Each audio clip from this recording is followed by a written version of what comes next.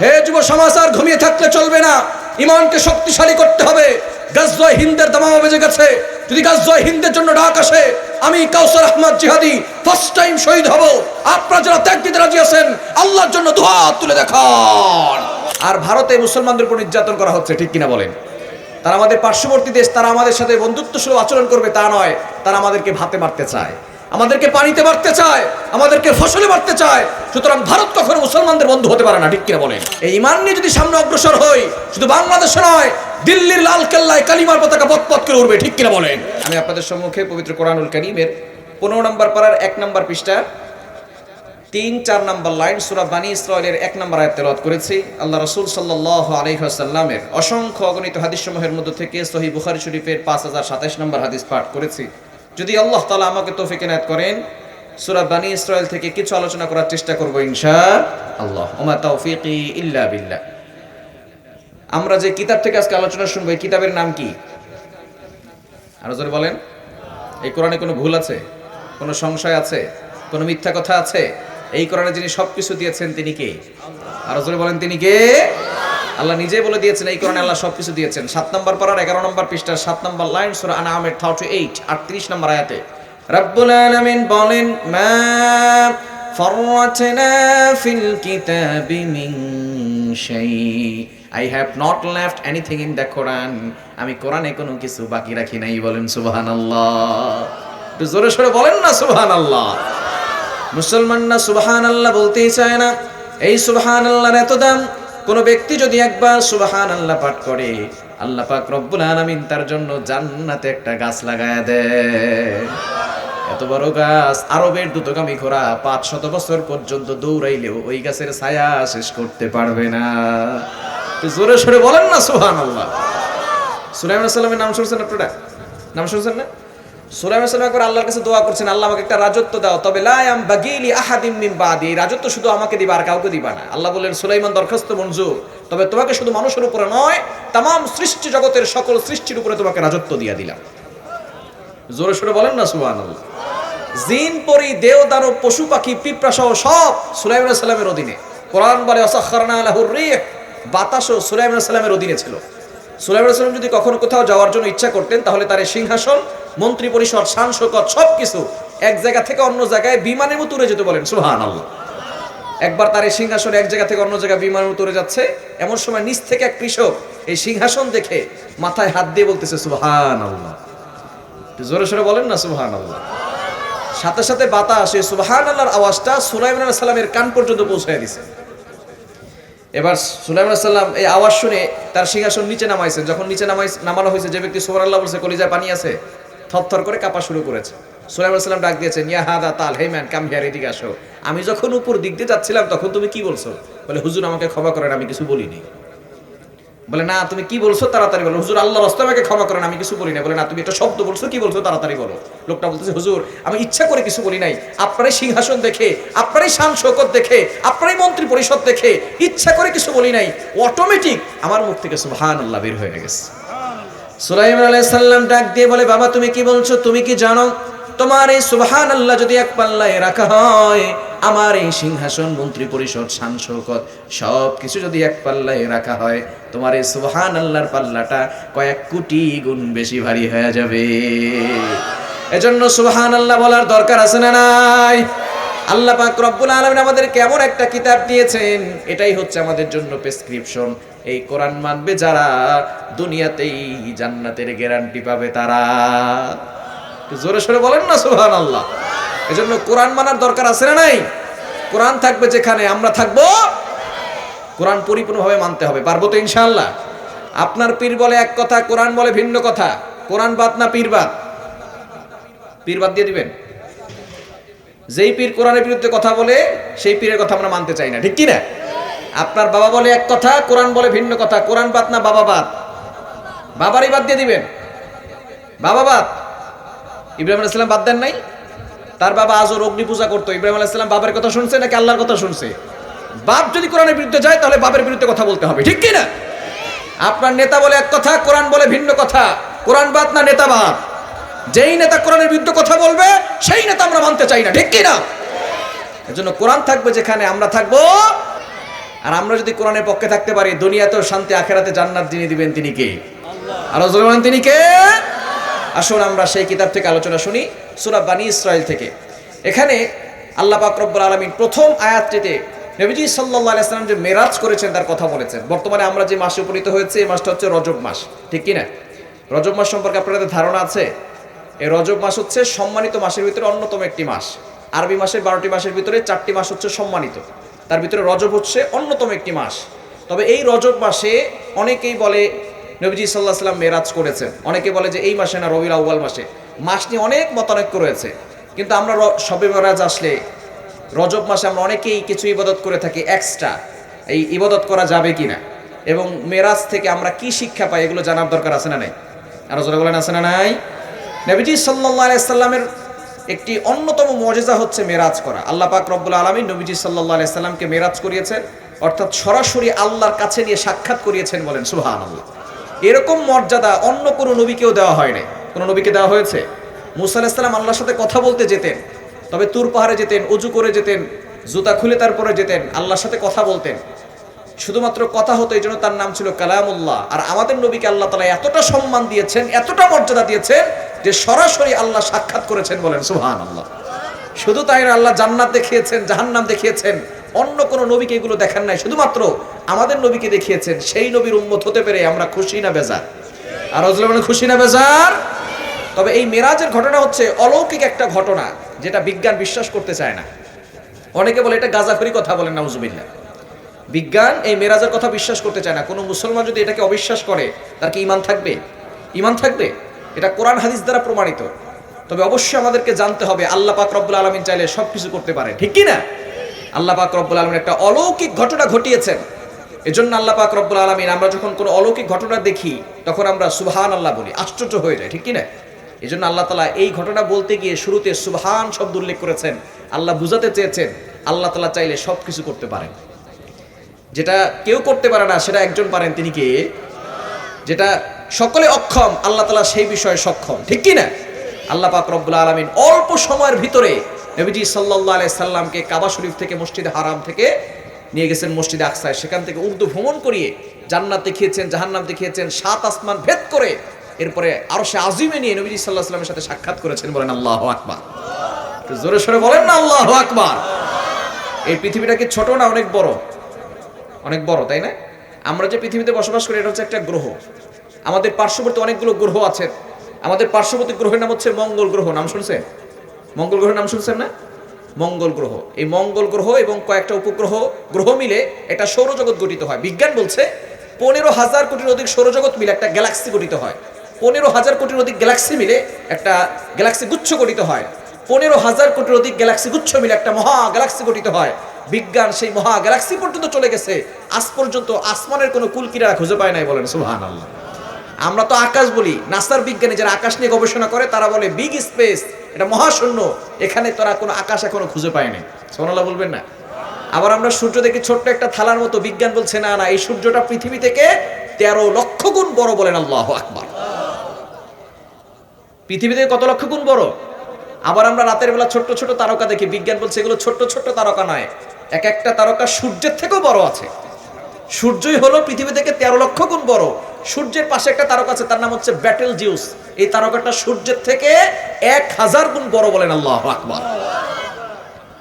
এই তারকা বলেন, চন্দ্র বলেন, সূর্য বলেন, আল্লাহ তাআলা সবকিছু প্রথম আসমানের নিচে সাজিয়ে রেখেছেন।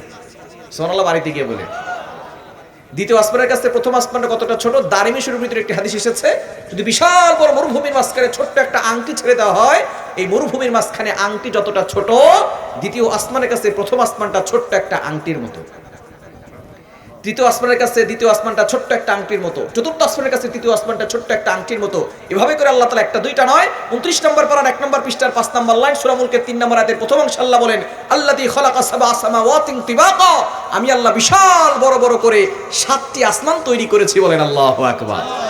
এই 7 আসমানের পরে হচ্ছে সিদরাতুল মুনতাহা, বাইতুল মামুর মসজিদ, যেখানে ফেরেশতারা নামাজ পড়ে। কারা নামাজ পড়ে? আমরা যে কাবা শরীফে হজ করতে যাই, এই কাবা শরীফের একবার উপরে 7 আসমান পড়ে আল্লাহ পাক রব্বুল আলামিন একটা মসজিদ নির্ধারণ করেছেন ফেরেশতাদের জন্য, বাইতুল মামুর।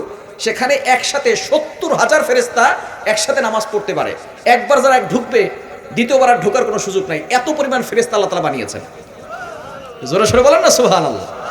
এই বাইতুল মামুর মসজিদ ভেদ করে, সিদরাতুল মুনতাহা ভেদ করে তারপর আর ফেরেশতারা যেতে পারে না, সেটাও ভেদ করে আল্লাহ পাক রব্বুল আলামিনের আরশে আজিম, নবীজি সাল্লাল্লাহু আলাইহি সাল্লাম সেই আরশে আজিমে গিয়ে আল্লাহর সাথে সাক্ষাৎ করেছেন। বলেন আল্লাহু আকবার। এটা অলৌকিক একটা ঘটনা। এত অল্প সময়ের ভিতরে এত দ্রুত নবীজি সাল্লাল্লাহু আলাইহি সাল্লাম কিভাবে গেলেন, এটা দেখে সকলে অবাক হয়ে গিয়েছে। আবু জাহেল বিশ্বাস করে নাই। আবু জাহেল বিশ্বাস করে নাই দূরত্বের কারণে। কেন বিশ্বাস করে নাই বলেন তো? দূরত্বের কারণে। কারণ তখন কাবা শরীফ থেকে মসজিদে আকসায় যেতে সময় লাগতো 40 দিন। এখন তো প্রাইভেট কার আছে, হায়াজ আছে, বিমান আছে, কিন্তু তখন তো এগুলো ছিল না। ছিল তখন উটে ভ্রমণ করা হতো, তখন সাওয়ার করা হতো ঘোড়ায়। নবীজি সাল্লাল্লাহু আলাইহি সাল্লামের তখন ওই সময় সময় লাগতো 40 দিন, আসতে 40 দিন। আবু জাহেলকে যখন বলা হয়েছে নবীজি সাল্লাল্লাহু আলাইহি সাল্লাম মেরাজ করেছেন, আবু জাহেল বলে না মুহাম্মদ পাগল হয়ে গেছে, বলে নাউজুবিল্লাহ। আবু জাহেল বলে 80 দিনের রাস্তা মুহাম্মদ এক রাতে কিভাবে পার হলো? এবার আবু জাহেল আবু বকর রাদিয়াল্লাহু তাআলা আনহুকে ডাক দিয়ে বললেন, ও আবু বকর, শুনছো নাকি তোমার নবী কি বলে? বলে কি বলেছে? তোমার নবী নাকি এক রাতেই কাবা শরীফ থেকে মসজিদে আকসায় গিয়েছে, সেখান থেকে উর্দু ভ্রমণ করে জান্নাত দেখছে, জাহান্নাম দেখছে। তোমার নবী মনে হয় পাগল হয়ে গেছে। বলেন নাউজুবিল্লাহ। আবু বকর রাদিয়াল্লাহু তাআলা আনহু বলেন, যদি আমার নবী তার মুখ থেকে বলে থাকেন আমি 100% সত্য বলে বিশ্বাস করেছি। বলেন সুবহানাল্লাহ।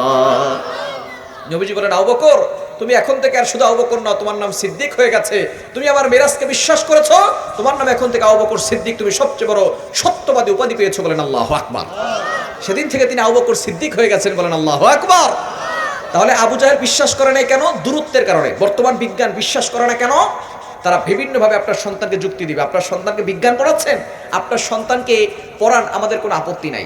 ডক্টর পড়াচ্ছেন, পড়ান, আমাদের কোনো আপত্তি নাই। তবে সন্তানকে ধর্মীয় শিক্ষা এবং কোরআনের শিক্ষা আগে দেওয়ার দরকার আছে না নাই? বিজ্ঞানের ম্যাক্সিমাম টিচার হচ্ছে নাস্তিক। আপনার সন্তানকে এই মিরাজ সম্পর্কে উল্টাপাল্টা যুক্তি দিয়ে সন্তানকে নাস্তিক বানিয়ে ছাড়বে। বিজ্ঞান আপনার সন্তানকে 1 নম্বর যুক্তি দিবে, সূর্যের তাপমাত্রা হচ্ছে 1,40,00,000 ডিগ্রি সেলসিয়াসের তাপমাত্রা। কত কোটি? আপনাদের কষ্ট হচ্ছে বুঝতে?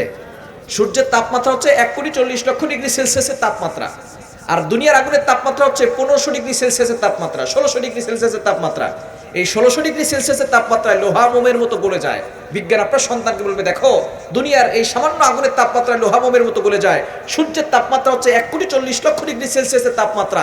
এই তাপমাত্রা ভেদ করে, 7 আসমান ভেদ করে তোমার নবী মিরাজ করলো কিভাবে? তোমার নবী পুড়ে যায় নাই কেন? জ্বলে যায় নাই কেন? তার মানে নবীজি মিরাজ করে নাই। বলেন নাউজুবিল্লাহ। এরকম যদি আপনার সন্তান বিশ্বাস করে, আপনার সন্তান ঈমান থাকবে? ঈমান থাকবে। তার আরো যুক্তি দিবে, মাউন্ট এভারেস্ট 29,000 ফিট উচ্চতা, সেখানে উঠতে গেলে অক্সিজেন লাগে। মধ্যাকর্ষণ শক্তির কারণে সেখানে অক্সিজেন পাওয়া যায় না। যারা মাউন্ট এভারেস্ট বিজয় করেছে গুগলে সার্চ করবেন, তারা অক্সিজেনের উপরে উঠেছে। এখন বিজ্ঞান আপনার সন্তানকে পড়াবে মাত্র 29,000 ফিট উপরে উঠতে গেলে অক্সিজেন লাগে। তোমার নবী যে 7 আসমান ভেদ করে মেরাজ করেছে, তোমার নবী অক্সিজেন কোথায় পেয়েছে? সুতরাং নবীজি মেরাজ করে নাই। বলেন নাউজুবিল্লাহ। তাদেরকে যুক্তি দেওয়ার দরকার আছে না নাই? উত্তর দেওয়ার দরকার আছে না নাই? কোরআনে হাজারো দলিল আছে, কোরআনের দলিল তারা মানে না কেন? তারা নাস্তিক, আল্লাহকেও মানে না, কোরআনকেও মানে না, ঠিক কি না? কেননা বলেন তো, আগুন কার কথা শুনে? পানি কার কথা শুনে? সূর্য কার কথা শুনবে? আগুন যে আল্লাহর কথা শুনে, এটাকে আপনারা বিশ্বাস করেন? ইব্রাহিম আলাইহিস সালামকে যখন নমরুদ আগুনে নিক্ষেপ করেছে, 40 দিন পর্যন্ত ইব্রাহিম আলাইহিস সালাম আগুনে ছিলেন। আগুন তো মানুষকে পুড়িয়ে দেয়, জ্বালিয়ে দেয়। ইব্রাহিম আলাইহিস সালামের একটা পশমকে পোড়াতে পেরেছে। আল্লাহ তাআলা সরাসরি আগুনকে অর্ডার করেছিলেন, কুলনা ইয়া নারু কুনি বারদাও ওয়া সালামান আলা ইব্রাহিম। ও আগুন আমার ইব্রাহিমের জন্য শীতলময় ঠান্ডা হয়ে যাও। ইব্রাহিম আলাইহিস সালাম যখন বৃদ্ধ হয়ে গেলেন, নাতিরা তাকে জিজ্ঞেস করলো, দাদা আপনি তো অনেক পরীক্ষা দিয়েছেন, কোথায় সবচেয়ে বেশি সুখ পালন করেছেন? ইব্রাহিম আলাইহিস সালাম বলেন, নাতিরা রে ভালো করে শোনো, আল্লাহ পাক রব্বুল আলামিন আমাকে অনেক পরীক্ষা নিয়েছেন। তবে নমরুদ আমাকে যে 40 দিন আগুনে নিক্ষেপ করে রেখেছিল, ওই 40 দিন দুনিয়াতেই আমি জান্নাতের সুখ পেয়ে গেছি। বোঝা গেল আগুন কার কথা শোনে, পানি কার কথা শোনে। মুসা আলাইহিস সালাম যখন সাগরের কিনারে চলে গেল, পিছনে ফেরাউনের সৈন্যবাহিনী। এবার মুসা আলাইহিস সালাম তার মুজিজার লাঠি দিয়ে সাগরে আঘাত করলেন। সাগরের মাঝখানে যিনি রাস্তা তৈরি করে দিয়েছেন তিনি কে? মুসা আলাইহিস সালাম সাগরের মাঝখানে রাস্তা দিয়ে পার হয়ে গেছেন। ফেরাউন সেই সাগরে ডুবে মরেছে। বোঝা গেল পানি শুনে কার কথা? তো সূর্য শুনবে কার কথা? আর জন কার কথা? বিজ্ঞান বিশ্বাস করে, তাদেরকে যুক্তি দিয়ে দলিল দিতে হবে। তারা বলে 1,40,00,000 ডিগ্রি সেলসিয়াসের তাপমাত্রা কিভাবে নবীজি ভেদ করে গেল? আমরা তাদেরকে বলতে চাই, বর্তমান বিজ্ঞান অনেক কিছু তৈরি করছে। অনেক আগে থেকেই ওয়াটারপ্রুফ জ্যাকেট বের হয়েছে, ওয়াটারপ্রুফ পোশাক, যে পোশাক পরে পানিতে ঝাঁপ দিলে পানি শরীরে স্পর্শ করে না। এই পোশাক আপনারা দেখছেন, ইউটিউবে সার্চ করবেন ওয়াটারপ্রুফ পোশাক, যে পোশাক পরে পানিতে ঝাঁপ দিলে পানি শরীরে স্পর্শ করে। এখন আবার ফায়ারপ্রুফ জ্যাকেটও তারা বের করেছে অনেক আগেই। এই ফায়ারপ্রুফ জ্যাকেট পরে আগুনে ঝাঁপ দিলে আগুন শরীরে স্পর্শ করে।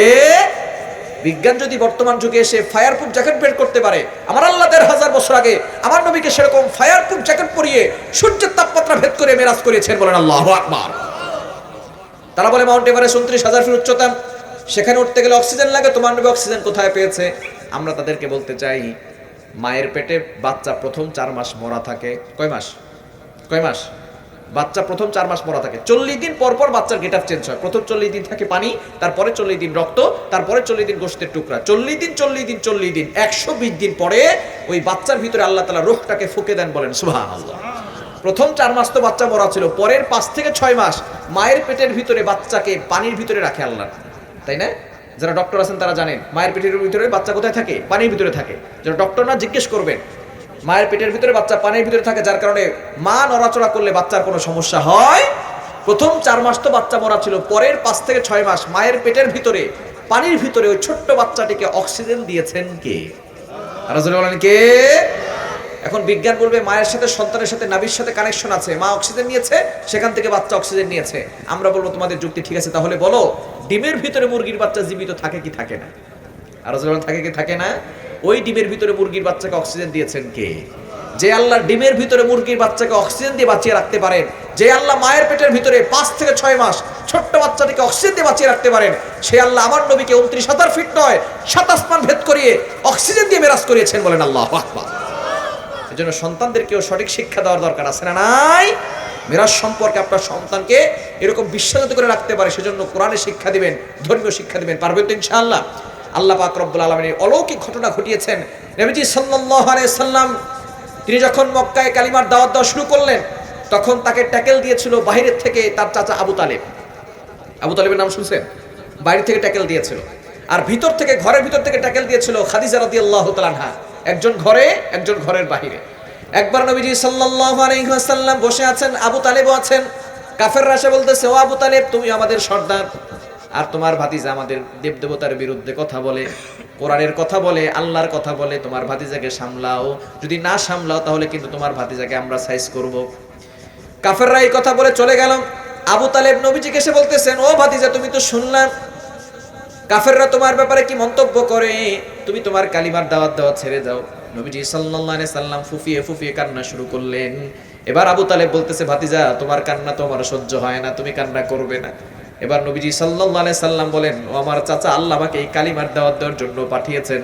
আমার এক হাতে যদি সূর্য দেওয়া হয়, আর এক হাতে যদি চন্দ্র দেওয়া হয়, অথবা আমাকে দুনিয়া থেকে বিদায় করে দেওয়া হয়, আমি আল্লাহর কথা বলা কখনো বন্ধ করব না, বলেন আল্লাহু আকবার। আবু তালেব বলতেছেন, ভাতিজা, তোমার যদি কথা এটা হয়, তাহলে তুমি মনে রাখো আমি তোমার সাথে আছি, দুনিয়ার কোন শক্তি আমি জীবিত থাকা অবস্থায় তোমার উপর আক্রমণ করতে পারবে না। তো আবু তালেব কম ভালোবাসতো না বেশি ভালোবাসতো? কিন্তু তার কপালে হেদায়েত ছিল না, সে মুসলমান হয়ে যেতে পারে নাই। তাকে আল্লাহ পাক রব্বুল আলামিন শাস্তি দিবেন, সেদিকে যাব না। আবু তালেব যে বছর মারা গেছে, তার কিছুদিন পরে খাদিজা রাদিয়াল্লাহু তাআলা আনহাও মারা গেছেন। নবীজি সাল্লাল্লাহু আলাইহি ওয়াসাল্লাম অত্যন্ত কষ্টের ভিতরে ছিলেন। যারা দুই দিক থেকে দুইজনে তাকে প্রটোকল দিত, তার সাহস যোগাতো, তারা দুইজন মারা গিয়েছেন। এবং তিনি তায়েফে গিয়েছেন, তায়েফের লোকেরাও তাকে আঘাত করেছে, রক্ত রঞ্জিত করেছে। নবীজি সাল্লাল্লাহু আলাইহি ওয়াসাল্লাম সেই বছর হলো আমুল হুজুন, কষ্টের বছর, দুঃখের বছর। আল্লাহ পাক রব্বুল আলামিন নবীজি সাল্লাল্লাহু আলাইহি ওয়াসাল্লামের কষ্ট দূর করার জন্য নবীজি সাল্লাল্লাহু আলাইহি ওয়াসাল্লামকে তার বাড়িতে দাওয়াত দিয়ে মেহমান হিসেবে নিয়ে গেছেন, বলেন আল্লাহু আকবার। নবীজি সাল্লাল্লাহু আলাইহি ওয়াসাল্লাম মক্কায় শোয়া ছিলেন রাতের বেলা। এমন সময় জিবরাইল আলাইহিস সালাম আসমান থেকে অবতরণ করলেন। নবীজি সাল্লাল্লাহু আলাইহি সাল্লামকে তার ঘর থেকে উঠিয়ে নিয়ে গেলেন কাবা শরীফে, যেখানে জমজমের কূপ আছে সেই জায়গায়। নবীজি সাল্লাল্লাহু আলাইহি সাল্লামের ওপেন হার্ট সার্জারি করলেন, শাক্কুস সদর করলেন, একেবারে গলার নিচ থেকে নিয়ে নাভি পর্যন্ত পুরো বুকটাকে চিরে ফেললেন। এভাবে নবীজি সাল্লাল্লাহু আলাইহি সাল্লামকে দুইবার করা হয়েছিল। একবার ছোটবেলায় হালিমাতুস সাদিয়া রাদিয়াল্লাহু তাআলা আনহার কাছে যখন ছিলেন, দ্বিতীয়বার যখন তাকে মেরাজে নিয়ে যাবেন। নবীজি সাল্লাল্লাহু আলাইহি সাল্লামকে শাক্কুস সদর আরবিতে বলা হয়, আর ফার্সি উর্দুতে বলা হয় সিনা চাক, ইংরেজিতে বলা হয় ওপেন হার্ট সার্জারি। বর্তমানে চিকিৎসা বিজ্ঞান এই ওপেন হার্ট সার্জারি থেকেই তারা এই হার্টটাকে অপারেশন করে, ঠিক কিনা? নবীজি সাল্লাল্লাহু আলাইহি ওয়াসাল্লামের ওপেন হার্ট সার্জারি করে তার কলবটা বের করে জমজমের পানির দিকে ধৌত করে আবারও সেই কলবটা আগের মতো লাগিয়ে দিয়েছেন, বলেন সুবহানাল্লাহ। এরপরে বোরাকের মাধ্যমে একটা আল্লাহ পাক রব্বুল আলামিন বাহন পাঠিয়েছেন, বোরাক। এটা এমন একটা বোরাক, এতটা দ্রুত চলে, যেটা তার দৃষ্টি যতদূর যায় ততদূর তার এক কদম ফেলে, বলেন আল্লাহু আকবার। নবীজি সাল্লাল্লাহু আলাইহি সাল্লামকে এরকম একটা বাহনের উপর উঠিয়ে কাবা শরীফ থেকে প্রথমে নিয়ে গেলেন মসজিদে আকসায়। সেখানে সকল নবীরা তার সাথে সাক্ষাৎ করলো। আল্লাহ পাক রব্বুল আলামিন নবীজি সাল্লাল্লাহু আলাইহি সাল্লাম কেমন একটা ব্যবস্থা করে দিয়েছেন। জিবরাইল সাল্লাম তার হাত ধরে নিয়ে সামনে দিয়েছেন। নবীজি সাল্লাল্লাহু আলাইহি সাল্লাম ইমাম হয়ে সকল নবীদেরকে নামাজ পড়িয়েছেন, বলেন আল্লাহু আকবার। এজন্য নবীজিকে ইমামুল আম্বিয়া বলা হয়, সকল নবীদের ইমাম। ওই নবীকে আমরা নবী হিসেবে পেয়ে খুশি না বেজার? এবার এটাকে বলা হয় ইসরা। সুবহানাল্লাযী ইসরা বিআবদিহি লাইলাম মিনাল মাসজিদিল হারাম ইলাল মাসজিদিল আকসা। মসজিদ হারাম থেকে মসজিদে আকসা এটাকে বলা হয় ইসরা, এবং তারপরে সেখান থেকে ঊর্ধ্বভ্রমণ এটাকে বলা হয় মেরাজ। নবীজি সাল্লাল্লাহু আলাইহি সাল্লাম চলে গেলেন প্রথম আসমানে, এরপরে চলে গেলেন দ্বিতীয় আসমানে। প্রথম আসমানে আদম আলাইহিস সালামের সাথে সাক্ষাৎ, দ্বিতীয় আসমানে ইয়াহইয়া আলাইহিস সালাম ঈসা আলাইহিস সালামের সাথে সাক্ষাৎ, তৃতীয় আসমানে ইদ্রিস আলাইহিস সালাম ঈসা আলাইহিস সালামের সাথে সাক্ষাৎ, চতুর্থ আসমানে ইদ্রিস আলাইহিস সালামের সাথে সাক্ষাৎ, পঞ্চম আসমানে হারুন আলাইহিস সালামের সাথে সাক্ষাৎ, ষষ্ঠ আসমানে হযরত মুসা আলাইহিস সালামের সাথে সাক্ষাৎ হয়েছে, এবং সপ্তম আসমানে হযরত ইব্রাহিম আলাইহিস সালামের সাথে সাক্ষাৎ হয়েছে। এই সাতটি আসমানের সকল নবীগণ নবীজি সাল্লাল্লাহু আলাইহি সাল্লামকে ওয়েলকাম জানিয়েছেন, স্বাগতম জানিয়েছেন। সাত আসমান ভেদ করে সিদরাতুল মুনতাহা ভেদ করে নবীজি সাল্লাল্লাহু আলাইহি সাল্লাম যখন সামনে অগ্রসর হবেন, জিবরাইল সাল্লাম বলেন, এই পর্যন্ত আমার জায়গা, আমি এর উপরে যেতে পারবো না। ইয়া রাসূলুল্লাহ, ইয়া হাবিবাল্লাহ, এবার আপনি একাই ওঠেন।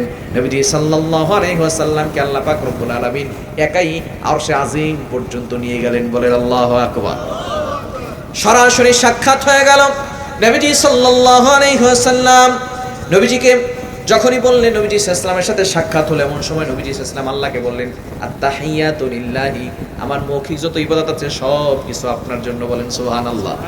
ওয়াস-সালাওয়াতু, আমার শারীরিক যত ইবাদত আছে সব কিছু আপনার জন্য। ওয়াত-তাইয়্যিবাত, আমার আর্থিক যত ইবাদত আছে, আমি যা কিছু দান করি সব কিছু আপনার জন্য। সুতরাং আমরা যা কিছু করি এগুলো সব কার জন্য? আরো জোরে বলেন, কার জন্য? নবী সাল্লাল্লাহু আলাইহি ওয়াসাল্লাম তিনটা কথা বললেন, আমার মৌখিক যত ইবাদত, আমার শারীরিক যত ইবাদত, আমার আর্থিক যত ইবাদত, সকল ইবাদত আপনার জন্য। এই কথা বলার পরে আল্লাহ পাক রব্বুল আলামিন নিজে বলতেছেন, আসসালামু আলাইকা ইয়া আইয়ুহান নবী। সালাম কে দিলেন? কাকে দিলেন? আল্লাহ নবীজিকে সালাম দিলেন। চিন্তা করছেন? আসসালামু আলাইকা ইয়া আইয়ুহান নবী। এই সালাম আমরা নামাজে পড়ি কি পড়ি না? আরো জোরে বলেন, পড়ি কি পড়ি না? এই দৃশ্য দেখার পরে সমস্ত ফেরেশতারা এক বাক্যে বলে উঠেছে, আশহাদু আল্লা ইলাহা ইল্লাল্লাহু আশহাদু আন্না মুহাম্মাদান আবদুহু ওয়া রাসূলুহু। আমরা সাক্ষ্য দিচ্ছি আল্লাহ এক, আল্লাহ ছাড়া কোনো মাবুদ নাই, এবং মুহাম্মদ সাল্লাল্লাহু আলাইহি সাল্লাম হচ্ছেন আল্লাহর রাসূল।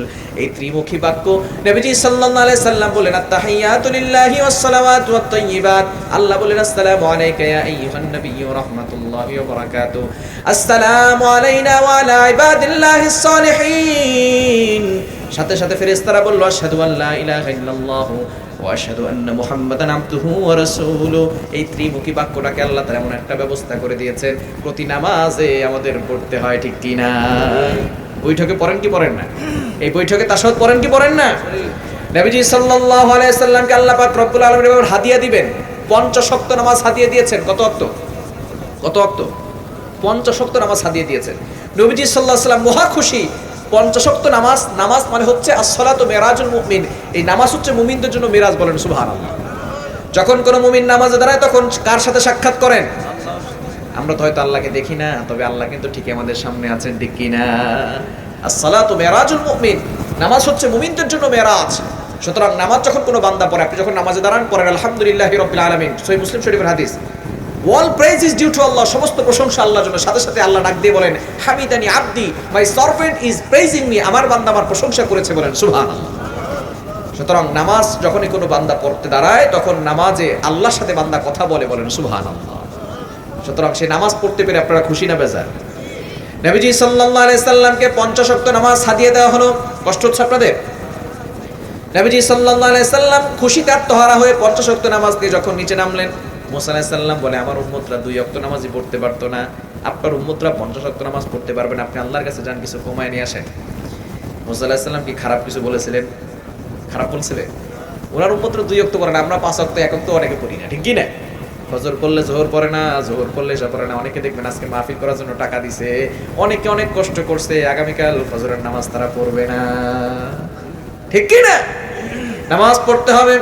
নবীজি সাল্লাল্লাহু আলাইহি সাল্লাম নিচে আসলেন, আবার আল্লাহর কাছে গেলেন, আল্লাহ পাক রব্বুল আলামিন 5 ওয়াক্ত নামাজ কমিয়ে দিলেন। এভাবে 9 বার গেলেন, 5 নং 45 ওয়াক্ত নামাজ কমালেন।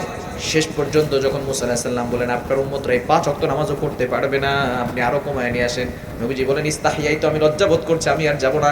আল্লাহ পাক রব্বুল আলামিন ডাক দিয়ে বলেন ও আমার হাবিব, আপনার কোন উম্মত যদি এই 5 ওয়াক্ত নামাজ পরিপূর্ণভাবে আদায় করে, আমি আল্লাহ তাকে 50 ওয়াক্ত নামাজের সওয়াব দিয়ে দিব। এজন্য 5 ওয়াক্ত নামাজ পড়ার দরকার আছে না নাই? কিন্তু আমরা অনেকেই আছি নামাজ পড়তে চাই না। অনেক বাবাজিরা আছে চুলগুলো পেকে গেছে, দাড়িগুলো সাদা হয়ে গেছে, তারপরও নামাজ পড়তে পারে না, আছে না নাই? আছে।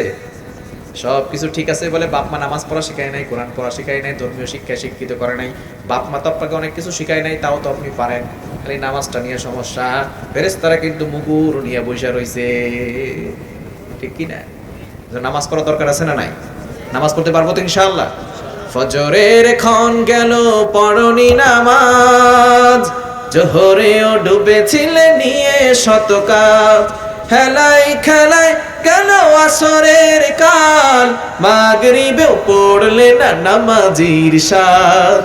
ফজরের ক্ষণ গেল পড়নি নামাজ, জোহরেও ডুবেছিলে নিয়ে শত কাজ, বিনোদনে কেটে গেল এশার সময়, এতটুকু জাগলো না কবরের ভয়, খুঁজলে না একবার নাজাতের পথ, মুসলিম নাম নিতে পেলে না তো লাজ। ফজরের ক্ষণ গেল পড়নি নামাজ, জোহরেও ডুবেছিলে নিয়ে শত কাজ, ঠিক কি না? এজন্য নামাজ পড়ার দরকার আছে না নাই? নামাজ পড়তে পারবো তো ইনশাআল্লাহ। মিরাজের 1 নাম্বার শিক্ষা, নবীজি সাল্লাল্লাহু আলাইহি সাল্লামকে আল্লাহ পাক রব্বুল আলামিন নামাজ হাদিয়া দিয়েছেন। এই নামাজ পরিপূর্ণভাবে পড়ার দরকার আছে না নাই? পড়তে পারবো তো ইনশাআল্লাহ। নামাজ আমাদেরকে পড়তে হবে, নামাজ ছাড়া যাবে না।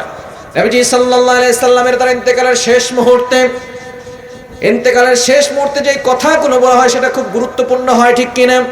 নবীজি সাল্লাল্লাহু আলাইহি সাল্লাম তার কলিজার টুকরা ফাতেমা রাদিয়াল্লাহু তাআলা আনহার কথা বলেন নাই, আম্মা জান আয়েশা রাদিয়াল্লাহু তাআলা আনহার কথা বলেন নাই, হাসান হোসেন রাদিয়াল্লাহু তাআলা আনহুমার কথা বলেন নাই। তিনি শুধু বলেছেন আসসালাত আসসালাত ওয়া মা মালাকাত আইমানুকুম। উম্মতেরকে নামাজের জন্য সতর্ক করেছেন, সেজন্য নামাজ পড়ার দরকার আছে না নাই? পড়তে পারবো তো ইনশাআল্লাহ। 5 ওয়াক্ত নামাজ পড়তে পারবো তো ইনশাআল্লাহ। কিন্তু আমরা নামাজ পড়ি, অনেকেই নামাজ পড়ার সূরাগুলো সুন্দর করে পারি না, আছে না নাই? নামাজ শুদ্ধ করে পড়তে পারি না, সূরা ফাতিহা শুদ্ধ হয় না। কিন্তু নামাজ ভাঙার 1 নাম্বার কারণই হচ্ছে নামাজ অশুদ্ধ পড়া, ঠিক কি না? কিন্তু আপনার সূরা ফাতিহা শুদ্ধ নাই, সূরা ফালাক শুদ্ধ নাই, সূরা নাস শুদ্ধ নাই, এগুলো শুদ্ধ করার দরকার আছে না নাই? আপনার এলাকার মসজিদের ইমাম সাহেবকে ভালো করে ধরবেন, হুজুর আমাকে সূরা ফাতিহা সুন্দর করে শিখান, নামাজগুলো ভালো করে শিখান, কোরআন পড়া আমাকে শিখান, দুনিয়ার সবকিছু আমি পারি, কোরআন পড়তে পারি না, এই কোরআনটা শিখার দরকার আছে না নাই? আর ওজন আছে না নাই? কোরআন পড়া শিখবে। আমাদেরকে যেই শিক্ষা দেওয়া হচ্ছে নামাজ, এই নামাজ যদি আপনি পড়তে না পারেন, আপনার সন্তানকে ইংলিশ মিডিয়ামে পড়াচ্ছেন, বাংলাদেশে 20 বছর পড়াইছেন, এরপরে আবার বিদেশে চলে গেছে, সেখানে 10 বছর পড়ছে, 30 বছর পড়ার পরে সে যদি নামাজ সঠিক মতো পড়তে না পারে, এই শিক্ষার কোনো দাম আল্লাহর কাছে হতে পারে? এজন্য নিজেও নামাজ পড়া শিখবেন, সন্তানকেও নামাজ পড়া শিখাবেন, নিজেও কোরআন পড়া শিখবেন, সন্তানকেও কোরআন পড়া শিখাবেন। কারণ নামাজ পড়তে হলে, আল্লাহর ইবাদত করতে হলে কোরআন শিখার দরকার আছে না নাই? আর জোর আছে না নাই? এজন্য আল্লাহ পাক রব্বুল আলামিন সর্বপ্রথম আয়াত নাযিল করেছেন সূরা আলাকের প্রথম 5টি আয়াতে, ক্বরা বিসমি রাব্বিকাল্লাযী খালাক, you read in the name of your lord, পড়ো তোমার প্রভুর নামে যিনি তোমাকে সৃষ্টি করেছে। আল্লাহর জন্য পড়ার দরকার আছে না নাই? কিন্তু দুঃখজনক হলেও সত্য, আমরা অনেকেই নামাজ পড়ি, 5 ওয়াক্ত নামাজ পড়ে হাতে তাসবিহ নিয়ে ঘুরে, দেখবেন ইমাম সাহেবের পিছনে নামাজ পড়ে কপালে দাগ পড়ে গেছে, আবার সুদের কারবার করে, আছে না নাই? আছে, এলাকার ভিতরে আছে, সুদখোর আছে না নাই? সুদের ব্যাপারে কথা বলে অনেক ইমাম সাহেবের চাকরি থাকে না, ঠিক কি না? খতিব সাহেবের চাকরি থাকে না, তাই না হুজুর? সুদের ব্যাপারে কথা বললে ইমাম সাহেবের চাকরি নাই, কিন্তু সুদের ব্যাপারে ফতোয়া কি মোল্লার না আল্লাহর? আরো জোরে বলেন কার? কষ্ট হচ্ছে আপনাদের? সুদের ব্যাপারে ফতোয়া কার? কোরআন খোলেন 3 নাম্বার পারা 6 নাম্বার পৃষ্ঠা 3 নাম্বার লাইন, সূরা বাকারা 275 275 নাম্বার আয়াতে আল্লাহ বলছেন আহাল্লাল্লাহুল বাইআ ওয়া হাররামার রিবা, বিজনেস লফুল এন্ড ইউজুরি আল্লাহফুল, ব্যবসা হালাল, সুদের কারবার হারাম করেছেন কে? আরো জোরে বলেন কে? শুধু তাই নয়, নবীজি সাল্লাল্লাহু আলাইহি ওয়াসাল্লাম আরো জানিয়ে দিয়েছেন দিরহামু রিবান ইয়াকুলুহুর রাজুলু ওয়া ইয়ালামু শাত্তু মিন 36 জানিয়া, যে ব্যক্তি জেনে শুনে 1 টাকা সুদ খাবে, কয় টাকা? 36 বার জিনা করলে যেই গুনাহ হয় সেই গুনাহ তার আমলনামায় চলে যাবে, বলেন নাউজুবিল্লাহ। শুধু তাই নয়, আরো ভয়ঙ্কর হাদিস নবীজি সাল্লাল্লাহু আলাইহি সাল্লাম জানিয়ে দিয়েছেন, আর রিবা 70 জুজআ, সুদের 70টি শাখা রয়েছে। আইসারাহা আইয়ানকিহার রাজুল উম্মা, সর্বনিম্ন শাখা হলো আপন মায়ের সাথে জিনা করার গুনাহ, বলেন নাউজুবিল্লাহ। এর মতো জঘন্যতম গুনাহ হতে পারে? সুদ খেলে আপন মায়ের সাথে জিনা করার গুনাহ হয়, এবং 1 টাকা খেলে 36 বার জিনা করার গুনাহ হয়। জীবনে যারা 1 টাকা সুদ খেয়েছেন 36 বার জিনা করার গুনাহ করেছেন। জীবনে যারা 100 টাকা সুদ খেয়েছেন 3600 বার জিনা করার গুনাহ করেছেন। জীবনে যারা 1000 টাকা সুদ খেয়েছেন 36000 বার জিনা করার গুনাহ করেছেন। সুতরাং আপনার মতো জিনা করার আর কেউ বড় হতে পারে? আপন মায়ের সাথে জিনা করার গুনাহ। আমাদের সমাজে কিছু প্রস্টিটিউট নারী আছে যারা নিজের দেহকে বিক্রি করে খায়, এরকম কিছু নারী আছে না নাই? আমরা তাদেরকে দেখলে থুতু নিক্ষেপ করে আর বলি, তোমার মতো হতভাগার কপাল পোড়া কেউ নাই, তুমি তোমার দেহকে বিক্রি করে খাও, ঠিক কি না? তুমি তোমার দেহকে বিক্রি করে খাও, আমরা তাকে থুতু নিক্ষেপ করি। সে তো অভাবের কারণে খায়, স্বভাবের কারণে খায় না। যে সুদ খায় স্বভাবের কারণে খায়, এবং 1 টাকা সুদ খেলে 36 বার জিনা করার গুনাহ করে। সুতরাং এই বেশ্যার মুখে যদি থুতু দেওয়া হয়, যে ব্যক্তি সুদ খায় তার মুখে জুতা পিটা করা দরকার। এজন্য অবশ্যই আমাদেরকে সাবধান হওয়ার দরকার আছে না নাই? হারাম থেকে দূরে সরে আসতে পারবো তো ইনশাআল্লাহ? পারা যাবে তো ইনশাআল্লাহ? হারাম খেলে আপনার নামাজ, রোজা, হজ, যাকাত কোনো কিছুই কবুল হবে না। যেই নামাজ নবীজি সাল্লাল্লাহু আলাইহি ওয়াসাল্লাম মিরাজ থেকে পেয়েছেন, সেই নামাজ যদি আপনার না হয়, আপনি কি জান্নাতের চাবি পাবেন? মিফতাহুল জান্নাতিস সালাহ, prayer is the key to heaven. নামাজ হচ্ছে বেহেশতের চাবি। আপনি যদি নামাজ পরিপূর্ণভাবে না হয়, হারাম খান, আপনার কোনো ইবাদত আল্লাহর কাছে কবুল হবে? বলেন তো, নামাজের বাহিরে কয় ফরজ? কয় ফরজ জানেন না? 7 ফরজ। 1 নম্বরে শরীর পাক, 2 নম্বরে কাপড় পাক। আপনি যদি হারাম টাকার খাবার খান, শরীরটা পাক না না পাক? আর জোরে বলেন। আপনি মনে করছেন শুধু গোসল ফরজ হলে শরীর নাপাক হয়? হারাম টাকার খাবার খেলে শরীর পাক না না পাক? হারাম টাকা দিয়ে কাপড় কিনছেন, কাপড়টা পাক না না পাক? এই নাপাক শরীর আর নাপাক কাপড় দিয়ে কিয়ামত পর্যন্ত নামাজ আপনি পড়তে পারবেন? আল্লাহর কসম করে বলি, 1 রাকাত নামাজ আল্লাহ কবুল করবে না, ঠিক কি না? এজন্য সকল হারাম থেকে দূরে সরে আসতে পারবো তো ইনশাআল্লাহ? অনেক হাজী সাহেব আছে, ভাইয়ের হক মেরে দিয়ে, বোনের হক মেরে দিয়ে হজ করতে, এরকম হাজী সাহেব আছে না নাই? প্রতিবেশীর হক মেরে খায়, কোদাল দিয়ে জমিন কাটতে কাটতে টান দিয়া বলে এই জমিন আমার, আছে না নাই? এলাকায় আছে, এলাকায় আছে। আপনার জমিন, জমিন আমার, আমার করি, কিন্তু জমিনকে আমরা কাঁপাইতে পারি, জমিন কাঁপাইতে পারি। এজন্য আল্লাহ মাঝে মধ্যে ভূমিকম্প দিয়ে জমিন কাঁপায়, কেননা জমিন কার? আর জমিন কার? এজন্য খবরদার, জুলুম করবেন না, অন্যায় করবেন না, হারাম ভাবে অন্যায় ভাবে আত্মসাৎ করে কোনো মাল খাবেন না, তাহলে আপনি কঠিন বিপদে পড়ে যাবেন। অনেকে আছে জুলুম করে, একটু টাকা পয়সা আছে জুলুম করে। বলেন তো, যারা জুলুম করে তাদের কোনো ইবাদত আল্লাহ কবুল করবে? আর যারা বলেন, এক জেলে ব্যক্তি মাছ ধরতে গেছে, অনেক কষ্ট করে পরিশ্রম করে একটা মাছ ধরছে। মাছ ধরার পরে এই মাছ যখন সে নিয়ে যাবে, তখন এক জালেম ব্যক্তি এসে বলতেছে, নদীর থেকে মাছ ধরছো, আমার কাছ থেকে পারমিশন নিয়েছো? নদীর থেকে মাছ ধরলে তার কাছ থেকে পারমিশন নিতে হবে, এরকম কোনো বাটপার আছে না নাই? এরকম টেন্ডারবাজি আছে না নাই? এবার জোর করে জুলুম করে তার কাছ থেকে মাছটা নিয়ে গেছে। এই মাছটা তার হাতে কামড় দিয়েছে। কামড় দেওয়ার সাথে সাথে মাছটা যখন ছেড়ে দিয়েছে, মাছটা নিচে পড়ে গেছে। এবার হাতে এমন ব্যথা শুরু হয়েছে জালেম ব্যক্তির, সে বাসায় যাবে দূরের কথা, সোজা চলে গেছে ডক্টরের কাছে। ডক্টর সাহেব, দেখুন তো আমার আঙ্গুলে কি হয়েছে? ডক্টর সাহেব মেডিসিন দিয়েছে, ব্যান্ডেজ করে দিয়েছে। পরের দিন সকালবেলা আবার হাজির। ডাক্তার সাহেব কি চিকিৎসা দিলেন? ব্যথাই তো কমলো না। ডক্টর সাহেব ব্যান্ডেজ করে দেখে আঙ্গুলের যে কন্ডিশন, এই আঙ্গুল কাটতে হবে, আর না হলে ভাইরাস তার হাতে প্রবেশ করবে। অনেক পরীক্ষা নিরীক্ষা করার পরে আঙ্গুল কাটছে। কাটার পরে বলছে আগামীকাল বিকালে দেখা করবেন। আগামীকাল আবারও সকালবেলা হাজির। ডাক্তার সাহেব কি চিকিৎসা দিলেন? ব্যথাই তো কমলো না। ডক্টর সাহেব ব্যান্ডেজ করে দেখে হাতের যে কন্ডিশন, হাত কাটতে হবে কবজি পর্যন্ত, আর নাহলে এই ভাইরাস তার হাতে প্রবেশ করবে। এবার হাত কাটছে কবজি পর্যন্ত। পরের দিন বিকালবেলা আবার দেখা করতে বলছে। আবারও সকালবেলা হাজির। ডাক্তার সাহেব কি চিকিৎসা দিলেন? ব্যথাই তো কমলো না। ডক্টর সাহেব এবার হাত ব্যান্ডেজ করে দেখে হাতের যে কন্ডিশন, হাত কাটতে হবে কনুই পর্যন্ত। যখন হাত কনুই পর্যন্ত কাটছে, দেখে ব্যথা কমে না, ব্যথা আরও বাড়তেছে। ডক্টর সাহেব জিজ্ঞেস করতেছে যে হাত কনুই পর্যন্ত কাটলাম, ব্যথা কমলো না, আসলে ঘটনা কোত্থেকে শুরু হয়েছে? লোকটা বলতেছে, এক জেলে ব্যক্তি অনেক কষ্ট করে, অনেক ক্লান্ত হয়ে মাছ ধরেছে, হক ছিল তার, কিন্তু জোর করে আমি সেটা কিনে নিয়েছি। এবার ডক্টর সাহেব বলে, সমস্যা এইখানে নয়, সমস্যা ওইখানে। এবার খোঁজা শুরু করেছে, জেলে ব্যক্তি কোথায়, জেলে ব্যক্তি কোথায়। অনেক কষ্ট করার পরে জেলে ব্যক্তিকে খুঁজে পেয়েছে। পাওয়ার পরে বলতেছে, বাবা তুমি কি এমন বদদোয়া দিয়েছো বলো? প্রথমে আঙ্গুল কাটলাম, ব্যথা কমে না, কবজি পর্যন্ত কাটলাম, ব্যথা কমে না, কনুই পর্যন্ত কাটলাম, ব্যথা কমে না, কি এমন বদদোয়া দিয়েছো বলো? এবার লোকটা বলতেছে, আমি তো তেমন কোনো বদদোয়া দেই নাই। বলে, না বদদোয়া তো দিয়েছো, মনে হয় ব্যথা আমি দুনিয়া থেকে বিদায় নেব। কি বলেছো বলো? এবার লোকটা বলছে তেমন কিছু বলি নাই, যখন আপনি আমার কাছ থেকে মাছটা নিয়ে গিয়েছিলেন তখন আমি আকাশের দিকে তাকিয়ে আল্লাহকে বলেছিলাম, আল্লাহ সে তার ক্ষমতা দেখাইছে, তুমি তোমার ক্ষমতা দেখাও। আপনার তো অনেক ক্ষমতা হয়েছে, অনেক টাকার মালিক হয়েছেন, অনেক বিঘা সম্পত্তির মালিক হয়েছেন, কিন্তু সবসময় মনে রাখতে হবে সকল ক্ষমতার মালিক কে? আল্লাহ। কে? এজন্য সকল হারাম কাজ ছেড়ে দেন, সন্তানকে নামাজ পড়া শিখান, সন্তানকে কোরআন পড়া শিখান, তাহলে আপনার সন্তান আদর্শ সন্তান হবে। সন্তানকে যদি আপনি কোরআনের শিক্ষা না দেন, ধর্মীয় শিক্ষা না দেন, এই সন্তান যত বড় হবে তত বড় দুর্নীতিবাজ হবে, ঠিক কি না? এজন্য সন্তানকে কোরআন শিক্ষা দেওয়ার দরকার আছে না নাই? কোরআন খুলেন, 27 নম্বর পারা 10 নম্বর পৃষ্ঠা 10 নম্বর লাইনে একটি সূরা রয়েছে, সূরাতুর রহমান।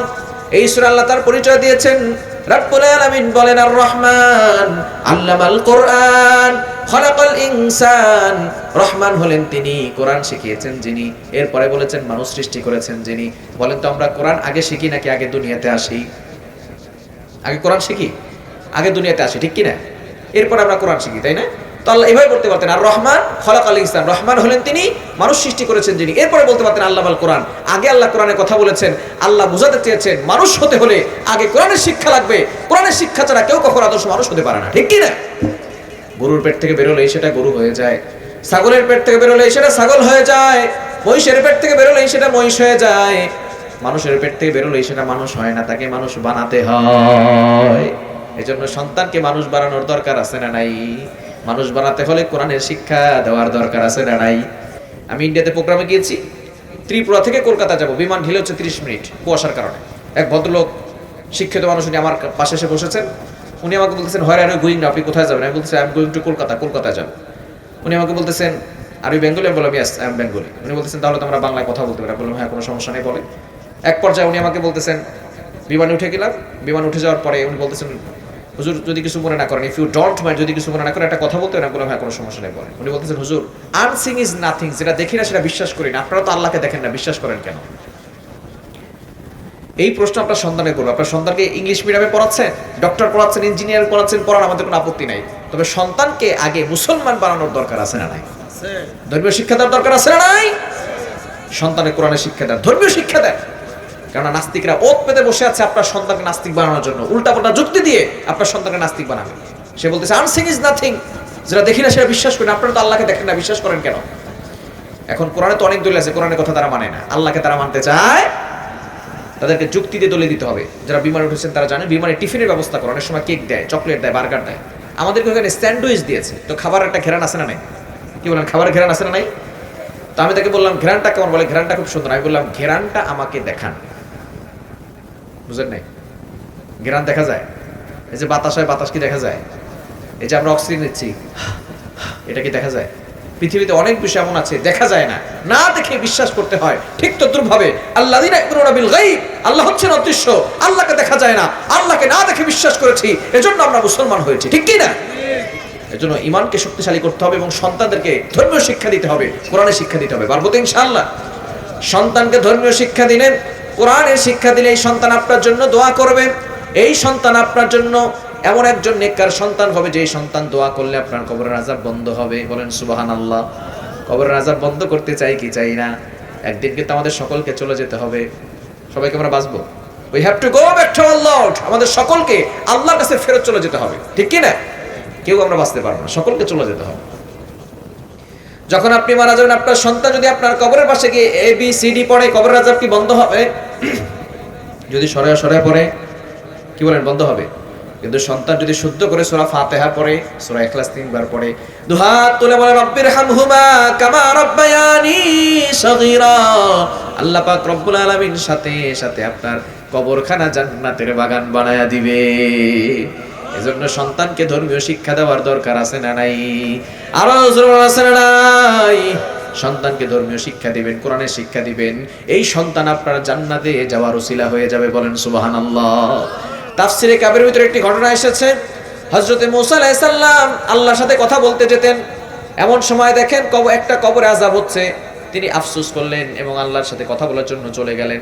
এবার তিনি ফেরার পথে দেখেন যেই কবরে আযাব হচ্ছিল সেই কবরে কোনো আযাব নাই, কবর থেকে জান্নাতের ঘ্রাণ আসতেছে। বলেন সুবহানাল্লাহ। একটু জোরে সোরে বলেন না সুবহানাল্লাহ। মুসা আলাইহিস সালাম অবাক হয়ে গেলেন, যাওয়ার সময় দেখলাম কবরে আযাব, এখন দেখি কবরে কোনো আযাব নাই, কবর থেকে জান্নাতের ঘেরান। মুসা আলাইহিস সালাম কবরবাসীকে জিজ্ঞেস করলেন, ও কবরবাসী, কি এমন কারণে তোমার কবরে আযাব হচ্ছিল, এখন আবার আযাব বন্ধ, কবর থেকে জান্নাতের ঘেরান? আল্লাহ পাক রব্বুল আলামিন মুসা আলাইহিস সালামের এই প্রশ্ন শুনে ওই কবরবাসীর জবানটা খুলে দিয়েছে। বলেন সুবহানাল্লাহ। কবরবাসী কথা বলতে পারে কি পারে না? অনেকে বলবে, হুজুর মৃত ব্যক্তি কথা বলতে পারে কিভাবে? যে আল্লাহ সামান্য গোশতের টুকরা জিহ্বার ভিতরে কথা বলার শক্তি দিতে পারেন, সে আল্লাহকে মৃত ব্যক্তির কথা বলার শক্তি দিতে পারেন না? আল্লাহ কথা বলার শক্তি দিয়েছেন। কবরবাসী কথা বলা শুরু করছেন।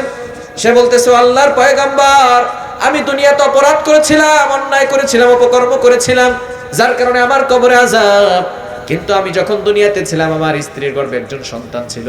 আমি আমার স্ত্রীকে ওসিয়ত করেছি, এই সন্তান যখন বড় হবে, সে যখন দুনিয়াতে আসবে, বড় হবে, তখন তাকে মাদ্রাসায় ভর্তি করাবে। এই ওসিয়ত করে আমি দুনিয়া থেকে বিদায় নিলাম। আমার অপকর্মের কারণে আমার কবরে আযাব।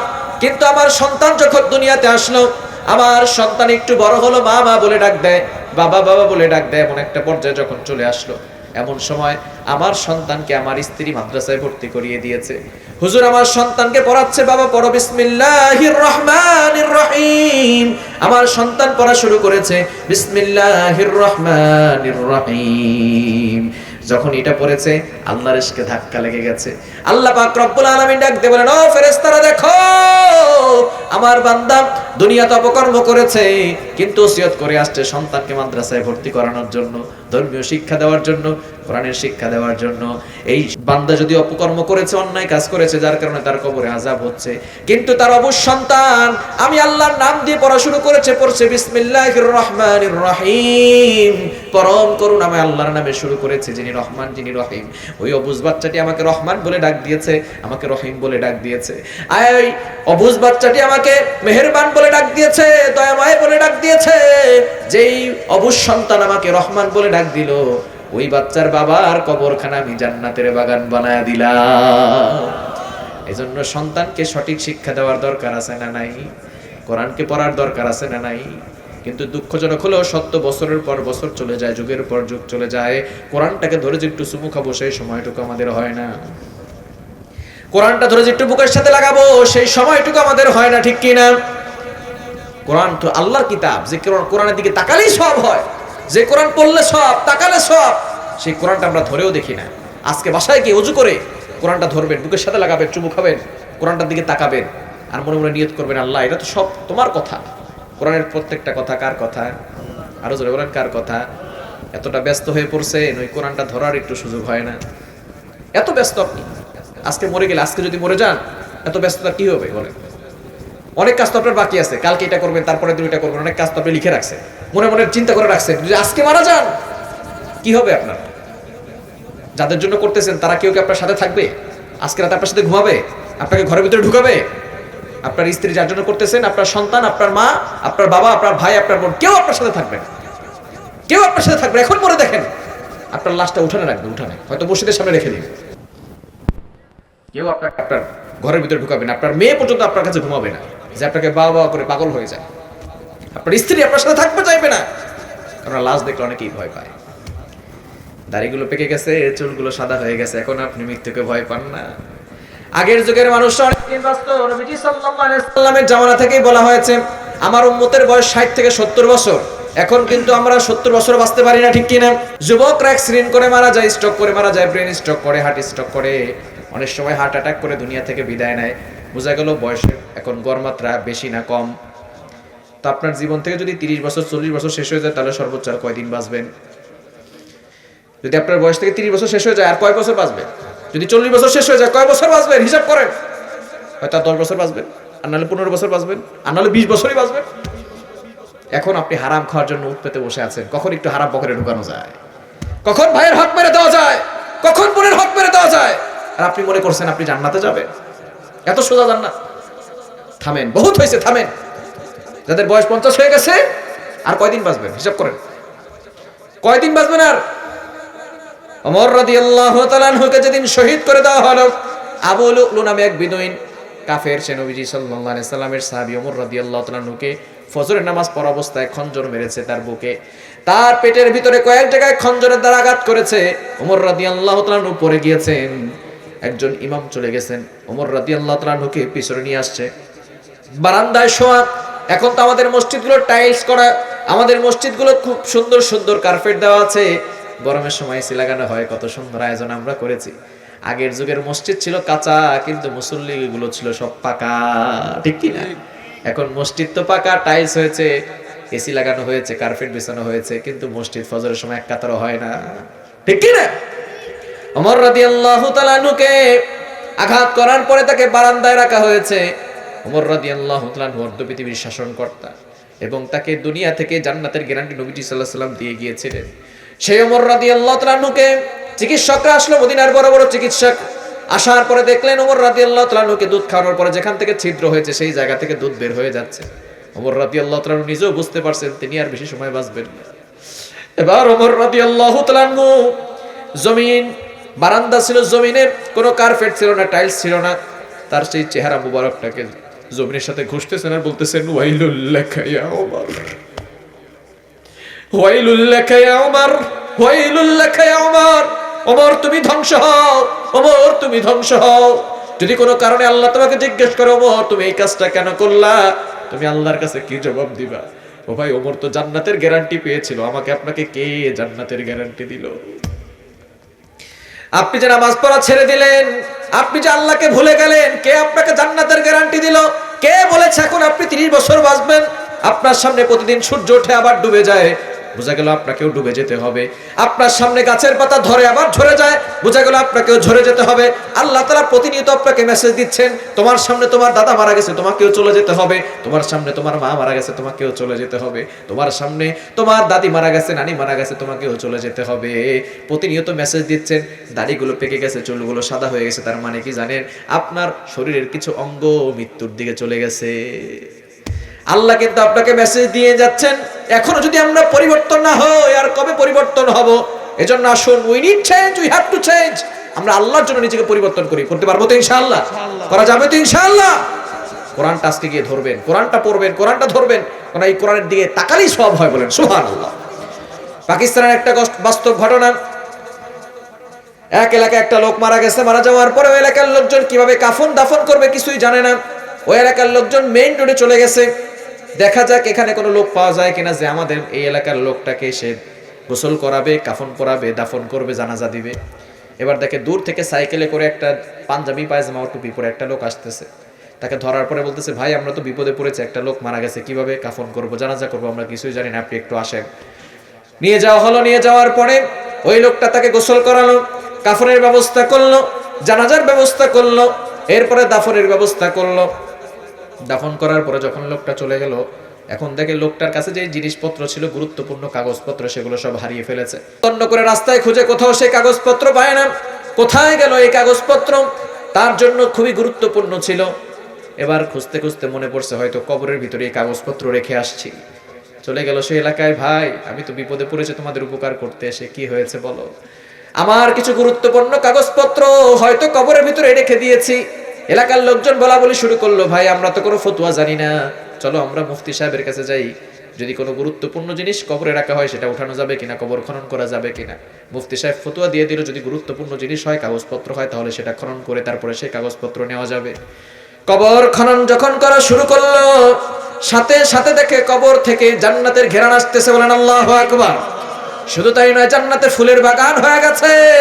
মানুষগুলো অবাক হয়ে গেল, এমন কি আমল এই ব্যক্তি করতো? কবর দেওয়ার সাথে সাথে কবর হয়ে গেল জান্নাতের বাগান, কবর থেকে আসতেছে জান্নাতের ঘেরান। কি এমন আমল সে করত? লোকজন চলে গেল তার বাসায়। তার বাসায় কেউ নাই, শুধুমাত্র একটা কন্যা আছে। কন্যাকে ডাক দিয়ে বলে, ও মা, তোমার বাবা এমন কি আমল করত যে আমলের কারণে কবর দেওয়ার সাথে সাথে তার কবরখানা জান্নাতের বাগান, তার কবর থেকে জান্নাতের ঘেরান? কি এমন আমল সে করতো, আমাদেরকে একটু বলো।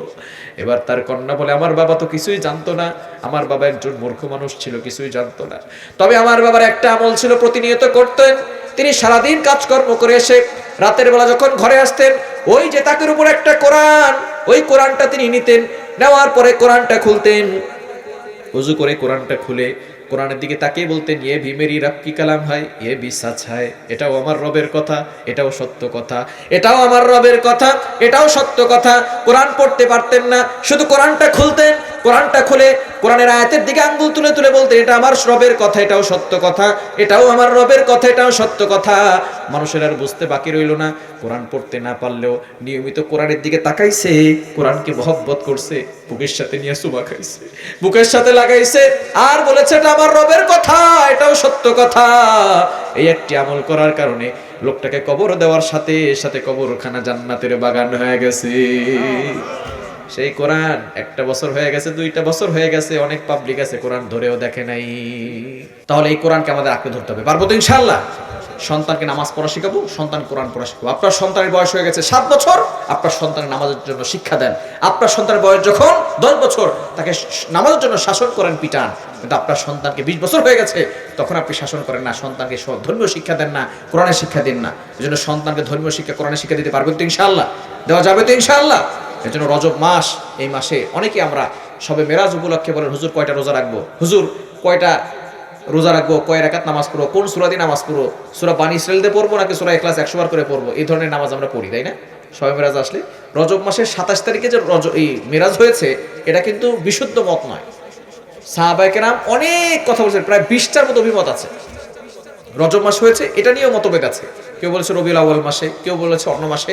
সুতরাং এটা নিয়ে যে অনেক মতভেদ রয়েছে, এবং নবীজি সাল্লাল্লাহু আলাইহি সাল্লাম পরবর্তী সময় সাহাবায়ে কেরাম এই সময় যে নির্ধারিতভাবে কোনো সূরা দিয়ে নামাজ পড়ো অথবা নির্ধারিতভাবে এত রাকাত নামাজ পড়তে হবে, এগুলোর কোনো বিধান ইসলামে নাই। বুঝতে পারছেন? কিন্তু আমরা অনেকেই এই দিনে অনেক ধরনের আয়োজন করে থাকি। অনেক নফল নামাজ আপনি প্রতিদিন পড়বেন, প্রতিদিন নফল নামাজ পড়বেন, তাহাজ্জুদের নামাজ পড়বেন, প্রতিদিন 4 রাকাত 8 রাকাত যা পারেন পড়বেন। কিন্তু শবে মেরাজকে উল্লেখ করে রজব মাসের 27 তারিখে আমরা ইবাদত করার জন্য হইচই শুরু করে দেই, কিন্তু ফজর নামাজ অনেকে পড়ে না, ঠিক কি না? রাতভর নামাজ পড়েছেন আর ফজর নামাজ পড়ে নাই, আপনি কেমন যেন ফরজ থিয়া লুঙ্গি নিয়ে টানাটানি করা শুরু করছে। এজন্য অবশ্যই সাবধান থাকতে হবে। এক ব্যক্তি গেছে ওয়াজ শুনতে, যাওয়ার পরে প্রধান বক্তা যিনি ছিলেন তিনি বলেছেন, দেখেন পাগড়ি পরে নামাজ পড়বেন, পাগড়ি পরে নামাজ পড়লে এটা সুন্নত এবং অনেক বেশি সওয়াব হবে। পাগড়ি পরে নামাজ পড়া তো ভালো, তাই না? তো এক ব্যক্তি লুঙ্গি খুলে পাগড়ি বাঁধছে, লুঙ্গি খুলে যদি পাগড়ি বাঁধে কি বলেন, সওয়াব হবে না গুনাহ হবে? এখন সারা রাত ধরে আপনি নফল নামাজ পড়ছেন, ফজর নামাজ পড়েন না, আপনি তো সেই লোকের মতো হইল, ঠিক কি না? এই জন্য ফরজ আগে ঠিক করেন। মেরাজ থেকে আমরা যে শিক্ষা পাই, 5 ওয়াক্ত নামাজ আমাদেরকে পড়তে হবে, এটা করতে পারবো তো ইনশাআল্লাহ? 5 ওয়াক্ত নামাজ পড়া যাবে তো ইনশাআল্লাহ? 5 ওয়াক্ত নামাজ পড়বো, ধর্মীয় শিক্ষা দিব, কোরআনের শিক্ষা দিব, সন্তানকে আদর্শ শিক্ষা দিব। এবং শবে মেরাজ উপলক্ষে নির্ধারিত কোনো নামাজ না, আপনি প্রতিদিন নামাজ পড়বেন এবং প্রতিদিন আপনি নফল রোজা রাখতে পারেন, কোনো সমস্যা নাই। বিশেষ করে আইয়ামে বীজের রোজা 13, 14, 15 এবং প্রতি সপ্তাহে রাসূলুল্লাহ সাল্লাল্লাহু আলাইহি ওয়াসাল্লাম সোমবার বৃহস্পতিবার রোজা রাখতেন, আপনি এই দিনগুলো রোজা রাখতে পারেন, এতে কোনো সমস্যা নাই। আল্লাহ তাআলা আমাদের সকলকে সঠিক বুঝ দান করেন, সকলে বলেন আমিন, আর জোরে বলেন আমিন। এজন্য আমরা কোরআনকে আঁকড়ে ধরবো। কোরআন থাকবে যেখানে আমরা থাকবো, কোরআন শুধু তাকের উপর রাখবো না, কোরআন আমাদেরকে বাহিরে আনতে হবে, কোরআন আমাদেরকে সমাজ আনতে হবে, তাহলে সমাজে শান্তি আসবে, ঠিক কি না? আজকে কোরআনের বিচার নাই, আমাদের বাংলাদেশে কোরআনের শাসন নাই। যদি পার্লামেন্টে কোরআন যেত, তাহলে ওসমান হাদির খুনি এখনো জীবিত থাকতে পারতো না, ঠিক কি না? ওসমান হাদিকে দুনিয়া থেকে বিদায় করেছে, তার খুনির এখনো কোনো বিচার হয় না। আমরা সে ওসমান হাদিকে ভুলেই গেছি, তাই না? আমরা বাংলাদেশের হুজুগে জাতি, ভুলে যাওয়া জাতি। যখন কোনো ট্রেন্ডিং চলে তখন আমরা সবাই ফেসবুকে তুলপার সৃষ্টি করি, এটা করতে হবে, এই করতে হবে, সেই করতে হবে। যে ওসমান হাদি হকের পক্ষে কথা বলেছে, ইনসাফের পক্ষে কথা বলেছে, তাকে দুনিয়া থেকে বিদায় করেছে, এখনো তার কোনো বিচার হয় নাই। এদেশে অনেক কিছু হয়, কিন্তু এদেশে সঠিক বিচার এখন আমরা পাই নাই। এজন্য আগামীর পার্লামেন্ট যদি কোরআনের পার্লামেন্ট হয়, তাহলে প্রত্যেকটা মানুষ শান্তি ও নিরাপত্তার সাথে থাকতে পারবে, ঠিক কি না? আগামীর বাংলা হবে কোরআনের বাংলা, ষড়যন্ত্র করে কেউ রুখে দিতে পারবে না, ঠিক কিনা বলেন? আমরা অনেক বাংলাদেশ দেখেছি, আমরা নতুন বাংলাদেশ দেখেছি, আমরা সবুজ বাংলাদেশ দেখেছি, আমরা ডিজিটাল বাংলাদেশ দেখেছি। একটিবারের জন্য আমরা কোরআনের বাংলাদেশ দেখতে চাই। কারা কারা যে আছে দুহাত তুলে আল্লাহকে দেখান।